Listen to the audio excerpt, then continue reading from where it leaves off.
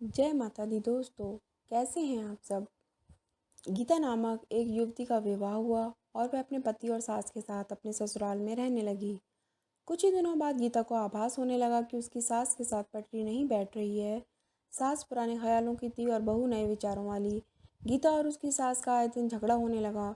दिन बीते, महीने बीते, साल भी बीत गया। न तो सास टीका टिप्पणी करना छोड़ती और ना ही गीता जवाब देना। हालात बद से बदतर होने लगे। गीता को अब अपनी सास से पूरी तरह नफरत हो चुकी थी।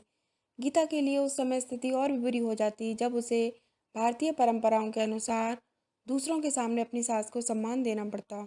अब वह किसी भी तरह सास से छुटकारा पाने की सोचने लगी। एक दिन जब गीता का अपनी सास से झगड़ा हुआ और पति भी अपनी माँ का पक्ष लेने लगा तो वह नाराज होकर मायके चली गई। गीता के पिता आयुर्वेद के डॉक्टर थे। उसने रो रो कर अपनी व्यथा पिता को सुनाई और बोली, आप मुझे कोई जहरीली दवा दे दीजिए जो मैं जाकर उस बुढ़िया को पिला दूं, नहीं तो मैं अब ससुराल नहीं जाऊंगी। बेटी का दुख समझते हुए पिता ने गीता के सिर पर प्यार से हाथ फेरते हुए कहा, बेटी, अगर तुम अपनी सास को जहर खिलाकर मार दोगी तो तुम्हें पुलिस पकड़ कर ले जाएगी और साथ ही मुझे भी, क्योंकि वो जहर मैं तुम्हें दूंगा, इसलिए ऐसा करना ठीक नहीं होगा। लेकिन गीता जिद पर अड़ गई, आपको मुझे जहर देना ही होगा। अब मैं किसी भी कीमत पर उसका मुंह नहीं देखना चाहती। कुछ सोचकर पिता बोले, ठीक है, जैसी तुम्हारी मर्जी, लेकिन मैं तुम्हें जेल जाते हुए भी नहीं देख सकता, इसलिए जैसे मैं कहूँ वैसे तुम्हें करना होगा। मंजूर हो तो बोलो, क्या करना होगा, गीता ने पूछा। पिता ने एक पुड़िया में जहर का पाउडर बांधकर गीता के हाथ में देते हुए कहा, तुम्हें इस पुड़िया में से सिर्फ एक चुटकी जहर रोज अपनी सास के भोजन में मिलाना है। कम मात्रा होने से वह एकदम से नहीं मरेंगी, बल्कि धीरे धीरे आंतरिक रूप से कमज़ोर होकर 5 से 6 महीनों में मर जाएंगी। लोग समझेंगे कि वह स्वाभाविक मौत मर गई। पिता ने आगे कहा, लेकिन तुम्हें बेहद सावधान रहना होगा ताकि तुम्हारे पति को बिल्कुल भी शक ना होने पाए, वरना हम दोनों को जेल जाना पड़ेगा। इसके लिए तुम आज के बाद अपनी सास से बिल्कुल भी झगड़ा नहीं करोगी, बल्कि उसकी सेवा करोगी। यदि वह तुम पर कोई टीका टिप्पणी करती हैं तो तुम उस चुपचाप सुन लोगी, बिल्कुल भी प्रत्युत्तर नहीं दोगी। बोलो, कर पाओगी ये सब। गीता ने सोचा, 6 महीने की तो बात है, फिर तो छुटकारा मिल ही जाएगा।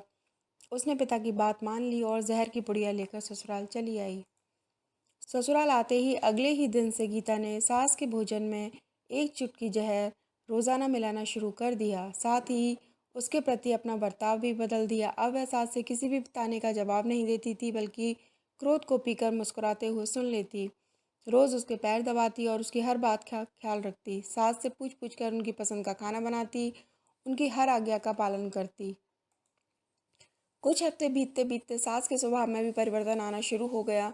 बहू की ओर से अपने तानों का प्रत्युत्तर ना पाकर उसके ताने अब कम हो गए थे, बल्कि वह कभी कभी बहू की सेवा के बदले आशीष भी देने लगी थी। धीरे धीरे 4 महीने बीत गए। गीता नियमित रूप से सास को रोज एक चुटकी जहर देती आ रही थी, किंतु उस घर का माहौल अब एकदम से बदल चुका था। सास बहू का झगड़ा पुरानी बात हो चुकी थी। पहले जो सास गीता को गालियां देती नहीं थकती थी, अब वही आस पड़ोस वालों के आगे गीता की तारीफों के पुल बांधने लगी थी। बहू को साथ बिठाकर खाना खिलाती और सोने से पहले भी जब तक बहू से चार प्यारी बातें ना कर ले उसे नींद नहीं आती थी। छठा महीना आते आते गीता को लगने लगा कि उसकी सास उसे बिल्कुल अपनी बेटी की तरह मानने लगी है। उसे भी अपनी सास में माँ की छवि नजर आने लगी। जब वह सोचती कि उसके दिए जहर से उसकी सासू माँ कुछ ही दिनों में मर जाएंगी तो वह परेशान हो जाती। इसी ऊहापोह में एक दिन वह अपने पिता के घर दोबारा जा पहुंची और बोली, पिताजी, मुझे उस जहर के असर को ख़त्म करने की दवा दीजिए, क्योंकि अब मैं अपनी सास को मारना नहीं चाहती। वो बहुत अच्छी हैं और अब मैं उन्हें अपनी माँ की तरह चाहने लगी हूँ। पिता ठठाकर हंस पड़े और बोले, जहर? कैसा जहर?